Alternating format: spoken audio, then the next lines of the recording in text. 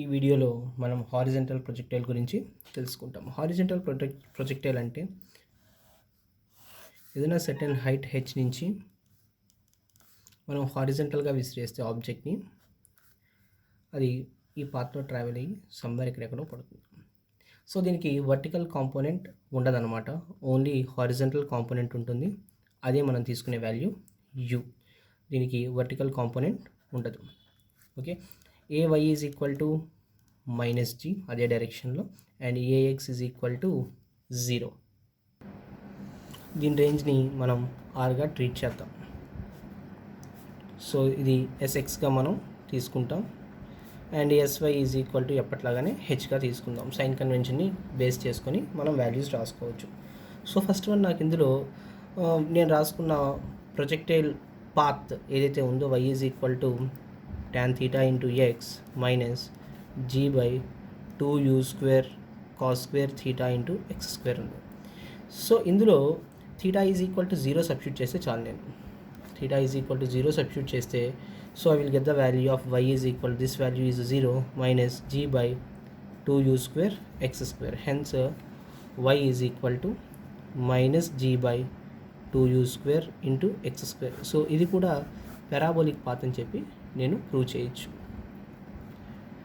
మరి ఇప్పుడు నాకు రేంజ్ కావాలి అంటే SX is equal to UX into T. First of all నాకు టైం కావాలి. So time is independent. So time ప్లేస్లో నేను S is equal to UT plus half AT square రాసుకుంటే SY is equal to UT plus half AT square, uy is equal to 0, h is equal to half gt square, t is equal to root of 2h by g. So this is independent of initial velocity అన్నమాట. Initial వెలాసిటీతో దీనికి ఎలాంటి dependency లేదు. Okay, so ఇప్పుడు నాకు range కావాలి. So ఇందాక తీసుకున్నట్టు ఇక్కడ నాకు రేంజ్ కావాలి.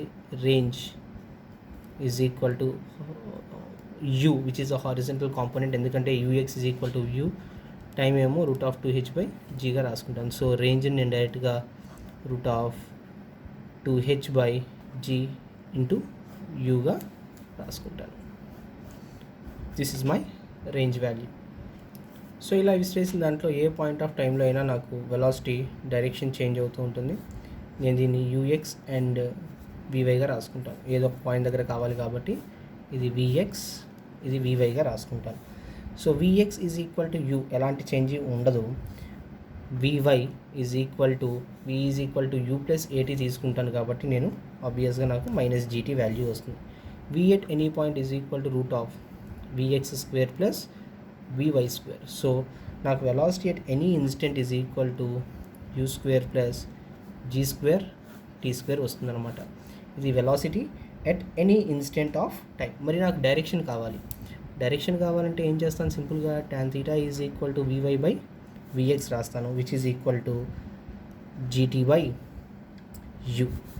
So theta is equal to tan inverse of g t by యూగా రాసుకుంటాను. నేను సైన్ కన్వెన్షన్లో డౌన్వర్డ్ డైరెక్షన్ ప్లస్ తీసుకుంటే ఈ వాల్యూ నాకు డైరెక్ట్గా ఇలా వచ్చేస్తుంది అనమాట.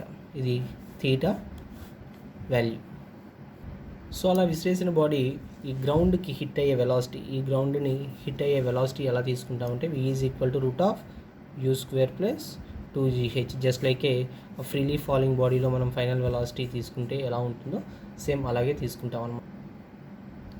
ఇది మీరు కొంచెం మెమరైజ్ చేసుకోవాల్సిన టాపిక్. హెచ్ అనే హైట్ను ఒక బిల్డింగ్ నుంచి 2 బాడీస్ u1 అండ్ u2తో వేసాం. సో రెండు ఆపోజిట్ డైరెక్షన్లో వేసాం. సో అప్పుడు ఈ రెండింటికి మధ్య ఈ రెండు వెక్టర్స్, ఒకటి ఇలా ట్రావెల్ అయితే ఇంకోటి ఇలా పారాబోలిక్ పాత్లో ట్రావెల్ అవుతుంది. నేను రెండింటిని వెలాసిటీ వెక్టర్స్ డ్రా చేస్తాను. ఆ రెండు వెలాసిటీ వెక్టర్స్ మధ్య థీటా అనే యాంగిల్ రావడానికి పట్టే టైం ఎంత అని అడుగుతున్నాడు. ఈ time value T is equal to root of u1 u2 by G into cot of theta by 2. ఇది మనం డిరైవ్ చేయొచ్చు, బట్ ఇది డిరైవ్ చేయాలి అంటే మనకి ఖచ్చితంగా కన్జర్వేషన్ ఆఫ్ మొమెంటం తెలిసి ఉండాలి. సో అది తెలిస్తేనే మనం సాల్వ్ చేయగలం అనమాట. తర్వాత రెండిటికి మధ్య డిస్టెన్స్ ఎంత అని అడుగుతున్నాడు. ఈ పైన ఉన్న కండిషన్ని సాటిస్ఫై చేసినప్పుడు రెండింటికి మధ్య డిస్టెన్స్ కావాలి. డిస్టెన్స్ కావాలంటే సింపుల్గా వెలాసిటీ ఇంటూ టైం రాసుకోవచ్చు. రెండు ఆపోజిట్ డైరెక్షన్స్లో మూవ్ అవుతున్నాయి కాబట్టి వాటి horizontal velocity u1 plus u2 relative వెలాసిటీగా తీసుకుంటే ఇంటూ టైం తీసుకుంటాం. టైం అంటే మళ్ళీ మనకు వచ్చే value root u1 u2 by g into cot of θ/2. దీన్ని బేస్ చేసుకొని మనం చాలా క్వశ్చన్స్ అడగచ్చు, బట్ ఇవన్నీ మనం మెమరైజ్ చేసుకొని ఉండాలి. ఈ క్వశ్చన్లో మనల్ని h1 అనే హైట్ ఉన్న ఒక బిల్డింగ్ మీద నుంచి h2 అనే హైట్ ఉన్న ఒక బిల్డింగ్ మీదకి ఒక హారిజంటల్ వెలాసిటీ u తోటి ఒక బాడీని త్రో చేస్తాడు. రెండు బిల్డింగ్స్కి మధ్య డిస్టెన్స్ d.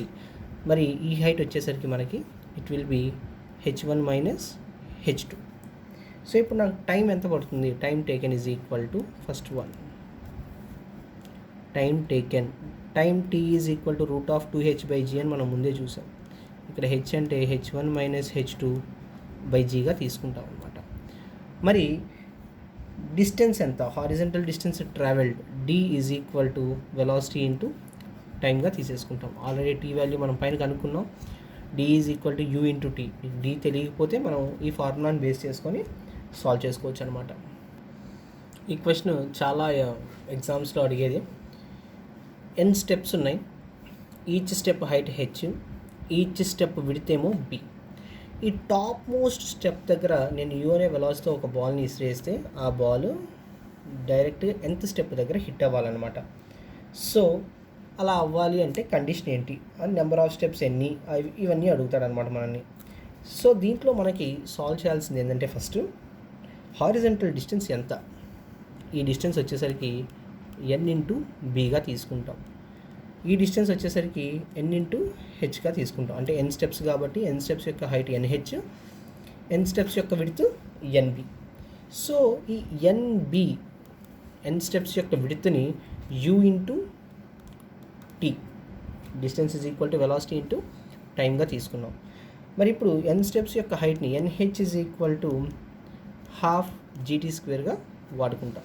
ఇప్పుడు టీని ఎలిమినేట్ చేస్తే మనం your value of n is equal to,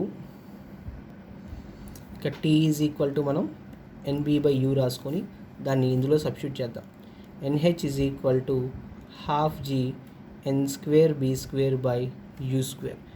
so n and n gets cancelled. Then your value is equal to n is equal to 2h/u²/g into b². ఇది చాలా కాంపిటేటివ్ ఎగ్జామినేషన్స్లో, కార్పొరేట్ కాలేజెస్ వాళ్ళు పెట్టే ఎగ్జామ్స్లో డెఫినెట్గా ఉండే క్వశ్చన్ ఇది. ఇదంతా ఆబ్లిక్ ప్రొజెక్షన్ అంటాం. మనం గ్రౌండ్ టు గ్రౌండ్ వేసేది హారిజంటల్ ప్రొజెక్షన్ అయితే, ఇలా గ్రౌండ్ టు గ్రౌండ్ వేసేదాన్ని మనం ఆబ్లిక్ ప్రొజెక్షన్ అంటాం. ఇట్లా టాప్ నుంచి వేసేదాన్ని హారిజంటల్ ప్రొజెక్షన్ అంటాం. This is horizontal projection. ఇలా ఉండేదాన్ని మనం హారిజంటల్ ప్రొజెక్షన్ అంటాం.